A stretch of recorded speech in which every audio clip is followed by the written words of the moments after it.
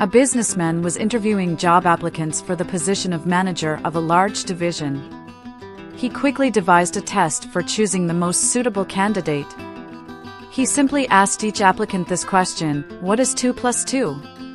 The first interviewee was a journalist. His answer was 22. The second was a social worker. She said, "I don't know the answer, but I'm very glad that we had the opportunity to discuss it." The third applicant was an engineer. He pulled out a slide rule and came up with the answer somewhere between 3.999 and 4.001. Next came an attorney.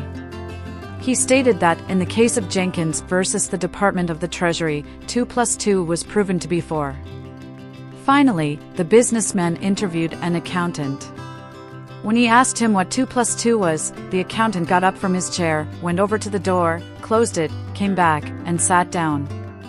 Leaning across the desk, he said in a low voice, "How much do you want it to be?" He got the job.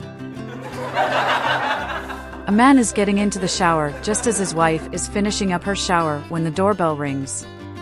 The wife quickly wraps herself in a towel and runs downstairs. When she opens the door, there stands Jack, the next-door neighbor. Before she says a word, Jack says, "I'll give you $800 to drop that towel."